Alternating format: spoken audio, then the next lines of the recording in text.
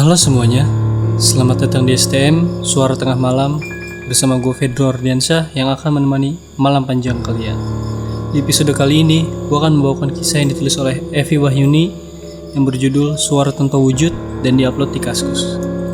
So, tanpa banyak basa-basi lagi, langsung aja ikutin ceritanya. Check this out.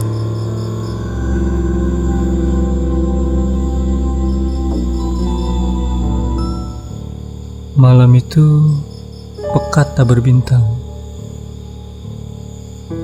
Hujan sejak sore sudah mulai sedikit reda, menyisakan gerimis halus membawa kesejukan, namun membuat sekujur tubuh merinding juga.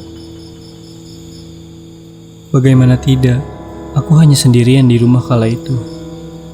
Ayah dan ibu sedang keluar kota menjenguk kakak yang habis lahiran.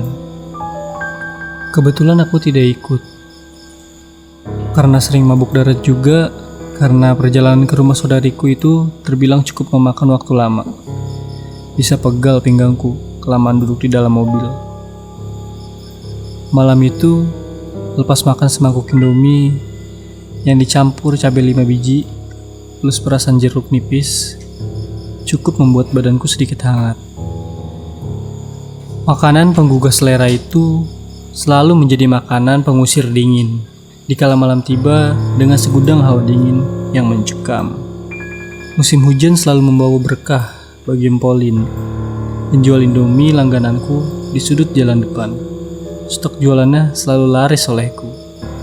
Setelah melahap semangkuk makanan andalan, segera bergegas ke ruang belakang rumah. Dapur maksudnya. Membawa mangkuk ke wastafel, mencucinya dengan beberapa perabot yang tadi kupakai memasak. Suara keran air mengisi keheningan dapur. Air mengucur pelan, membasuh semua perabotan yang terlebih dulu sudah kusabuni. Lalu meletakkannya di dalam keranjang tempat menitiskan sisa-sisa air. Aku tak menyadari, seiring dengan bunyi air keran, ternyata ada suara lain yang ikut memecah hening. Bulu kuduku merinding, tetapi kupikir itu hanya desir angin yang masuk di celah-celah ventilasi. Setelah menyelesaikan aktivitas mencuci piring, aku segera mematikan keran dan keluar dari ruangan dapur. Mumpung sendiri, tak lupa kuraih toples cemilan di atas berisi kerupuk bawang kiriman saudara laki-lakiku dari pulau seberang. Melangkah menuju ruang tengah, tiba-tiba aku mendengar suara dengkuran. Aku menoleh ke arah belakang. Suara siapa itu? Bukankah aku cuma sendiri di rumah? Tak habis pikir, kembali kulangkahkan kaki. Suara itu terdengar lagi.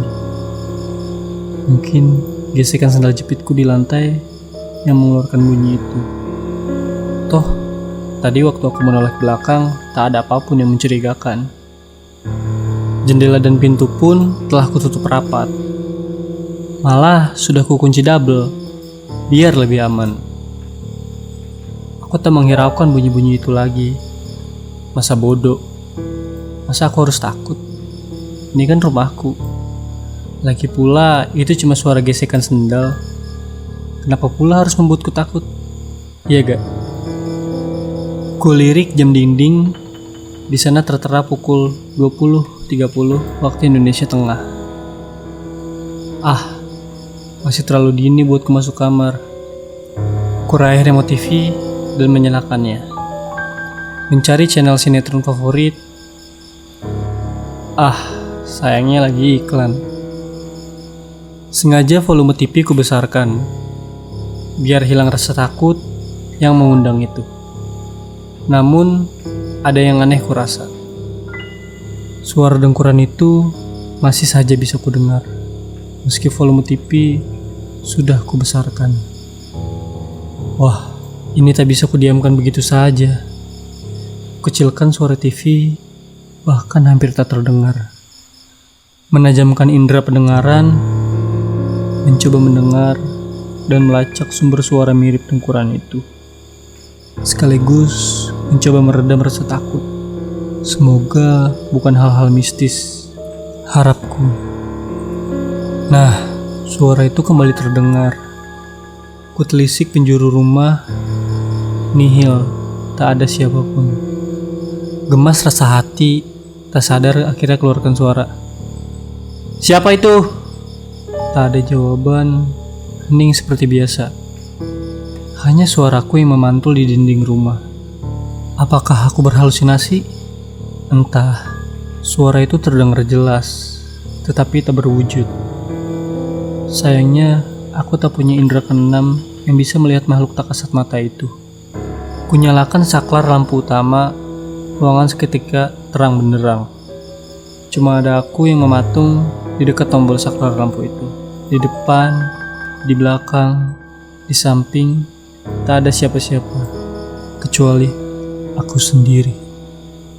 Daripada terpenjara oleh ketakutan, akhirnya TV kumatikan saja. Sekalian dapat kucermati suara itu berasal dari mana. Kututup rapat toples cemilanku yang terbiar di atas meja. Kuputuskan untuk masuk ke kamar saja. Setelah terlebih dahulu kumatikan lampu saklar utama. Setidaknya di dalam kamar ada rasa aman yang terasa. Aku lalu merapal ayat kursi. Subhanallah, suara mirip dengkuran itu tak lagi terdengar. Entah itu tadinya hanya sebuah ilusi atau hanya sebuah suara di alam bawah sadarku. Aku tak mau tahu lagi. Setidaknya dengan berbekal keyakinan hanya kepada Allah, itulah yang membuatku yakin dan berani. Nah, sampai di sini dulu episode kali ini. Semoga kalian bisa mengambil pesan yang ada di dalam cerita ini. Terima kasih sudah menonton video ini sampai akhir. Jangan lupa untuk like, komen, dan subscribe biar gue lebih semangat gitu untuk membuat konten seperti ini. Gue Fedro Ardiansyah, pamit undur diri.